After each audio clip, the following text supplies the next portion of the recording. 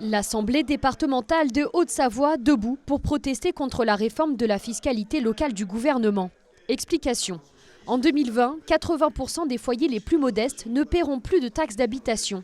Une perte pour les communes qui en bénéficient.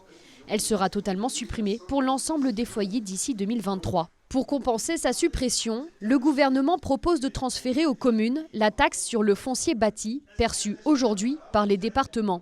Une nouvelle qui passe mal du côté des élus départementaux. 2020 sera probablement la dernière année où le département va voter l'impôt. Donc on a décidé de ne pas augmenter les impôts en 2020. Le gouvernement a décidé de nous priver de notre capacité à lever l'impôt. On n'a plus besoin d'élus finalement, on nous renvoie chez nous. La perte de cette compétence départementale devrait être compensée par le transfert d'une partie de la taxe sur la valeur ajoutée, comprenez TVA.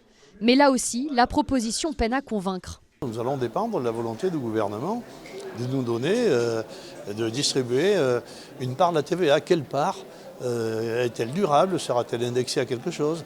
Et comme en général on a été punis à plusieurs reprises par les gouvernements, on ne leur fait pas beaucoup confiance en la matière. Nous, les présidents de conseils départementaux, on est complètement hostiles, mais alors hostiles à ce dispositif. La Haute-Savoie compte le 5e taux le plus bas sur la taxe foncière en France.